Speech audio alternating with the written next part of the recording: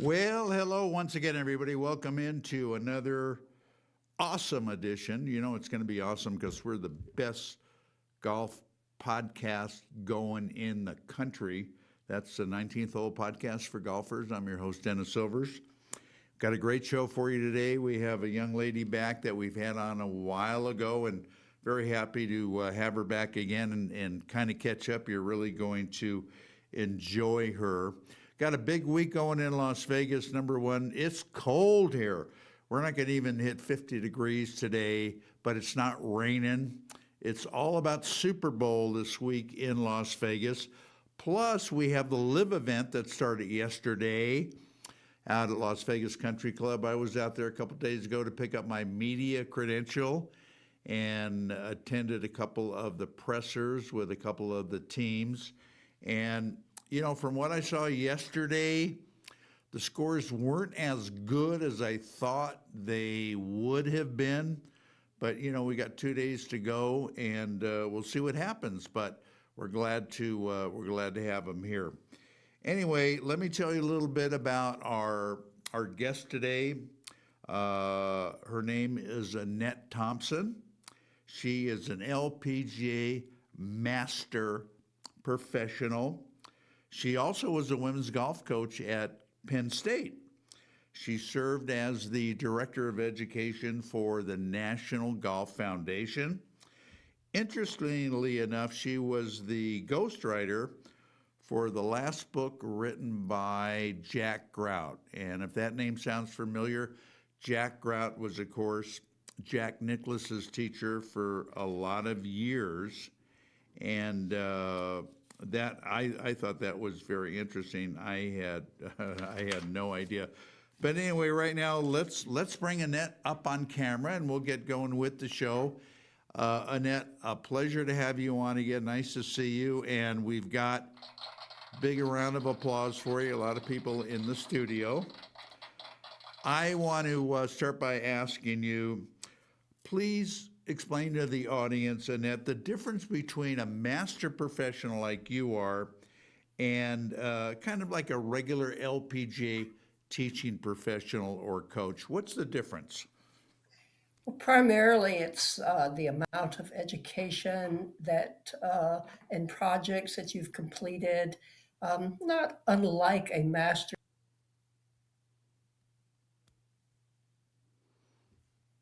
Okay. degree. And then sessions, a teacher can move to a Class A. Right. And after having served as a Class A for a number of years, you're eligible to pursue the master's certification. And there is, for lack of a better word, a thesis, which Okay. All right. may be a research, and others are allowed to do an approved project of some sort. So it's basically a little bit more education, a little bit more depth learning. Okay. Yeah, a little more schooling and stuff. Uh, Let me ask you this. Do you differ your teaching philosophy when you are teaching women as opposed to men? Well, no, not the philosophy, but of course we have to address the physical differences. Right. Women are approximately 25% across the board more flexible than men. So, whereas with men, you might be working to try to create a more complete turn on the backswing. With women, you're trying to keep them from running out the back door with their backswing because they have that flexibility. And so there are differences, but among all golfers, there are differences.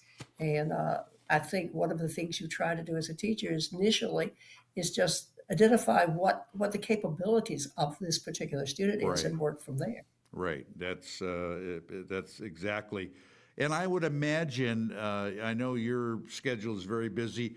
Are you pretty well balanced as far as the amount of women you teach as opposed to men?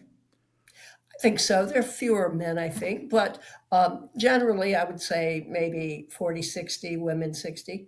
Uh-huh. We have a very good teaching staff at Ballard Isles where I work, and we have 2,000 families. So since it's a bit of a retirement community, although we're getting younger members. And of course, once people started working from home Right. Yeah. because of COVID, two residences, Yeah. Yeah. they Interesting. could just do their work. So it's always fun at every level, no matter which gender.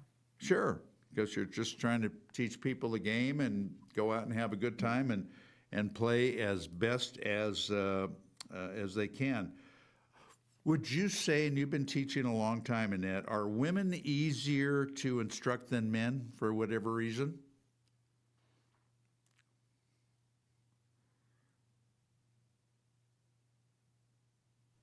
A background in sports, which can be a plus or a minus, of course, because they're trying to kill the ball like they might try to kill a baseball or something like that. Yeah. But I think really women are more.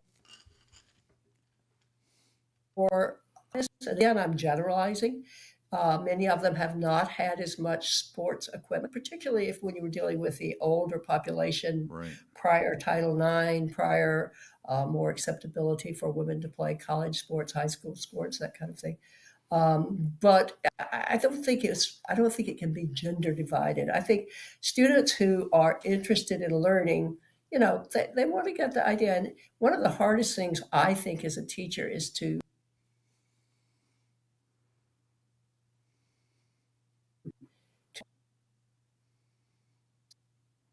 Okay.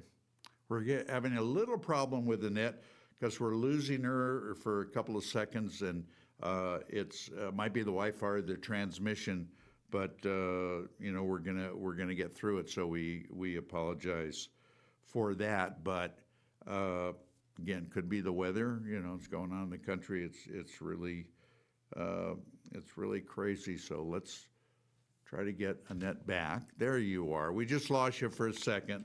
We're just having a little problem with your audio. Sometimes you're breaking up and going silent, but it could be the weather. It could be multitudinous things.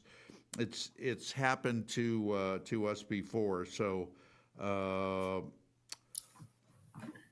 as a top instructor or coach like you are, Annette, what are the traits that you feel someone has to have to separate themselves to become a really good teacher as opposed to just somebody that's there on the driving range giving lessons? What do they need to have? Well, I think if I were to give an umbrella statement, they need to.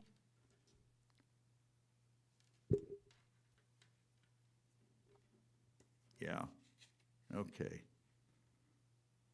All right. Boy, of all the times for this to happen, because she's just a fantastic guest. We'll get her back. All right, you're back with us? Okay. We might have to have her back. I don't know. Annette, I was just saying we're starting to lose you. We might have to have you back. Well, hey, you and I go back a ways, so We we do. could continue to go forward a ways. Yeah, oh, absolutely, because you've got too much good information not to share with, with everybody, and maybe get that problem corrected, hopefully, as far as you, cutting out and freezing. That could be caused by multitudinous things. So let me try one more question. What is your opinion, and what do you think, and do you suggest, and do you prescribe to playing lessons with your students? Some instructors love them. Some instructors are so-so on them. Well, I think they're vital to someone's learning to play the game. You stand Yeah, goes, swinging the club is not the answer. right, right. And I was just talking with a student this morning about, the age-old comment that every teacher Yeah. All right. I think we're going to have to probably schedule Annette back because, like I say, she's got a lot of good information, and I'm going to check on her availability. Let me ask her. Let me get her back. Annette, Yes. I'm going to call you a little bit later, check your schedule, and reschedule you and see if we could fix this problem with you freezing and the audio shutting down. How's that?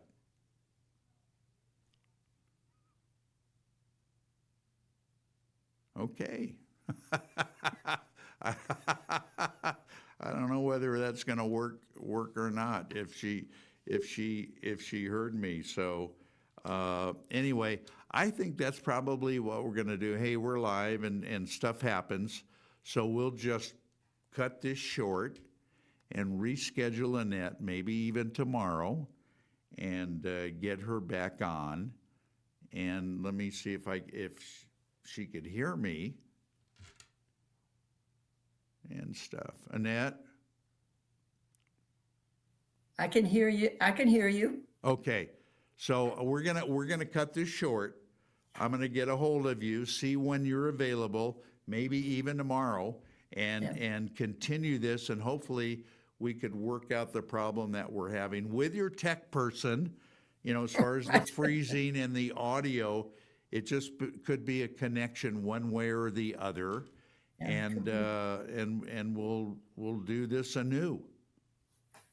sounds good. I want you to be happy with it. I want to be happy. Are all of our people looking in on various platforms to be happy? And like I say, it happens, but it's happened before. But I mean, I think you're just too great of a guest not to give you the full 100%. And I'm sure you understand. And I apologize. Absolutely. And I apologize for it. Hey, now you could go out and get 9 holes in. Or go for my 3:30 lesson. I love it. All right, we're gonna end this, and like I say, I will be in touch with Annette, and we will get her scheduled. And believe me, it's worth the wait. So what we're gonna do, we're gonna sign off, and we're gonna come back as soon as we can with more of Annette Thompson, who's just a wonderful person and a wonderful teacher. So that's going to conclude a very brief edition of the 19th Hole podcast for golfers. My apologies, but we want to bring you the complete show without any interruption. And we're going to sign off, and we will see you very soon with more of Annette Thompson. So until then, keep it in the short stuff. Get out and play some golf if you can. And we'll see you back very soon. So long, everybody.